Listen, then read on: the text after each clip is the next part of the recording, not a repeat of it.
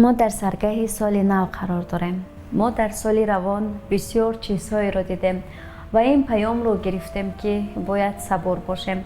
یعنی تسلیم شدن معنا ندارد. پس تسلیم نشو.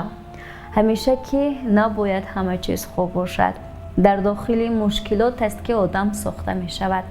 گاهی همین سختی ها و مشکلات نردبان می شوند به سمت بزرگترین موفقیت ها. در موقع سختی ناامید نباش.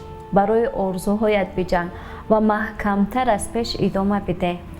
چه بسیارند جاده های همواره که به مرداب ختم می شوند و چه بسیارتر جاده های ناهمواره که دوام می یابند و زیباترین باغ‌ها می رسند.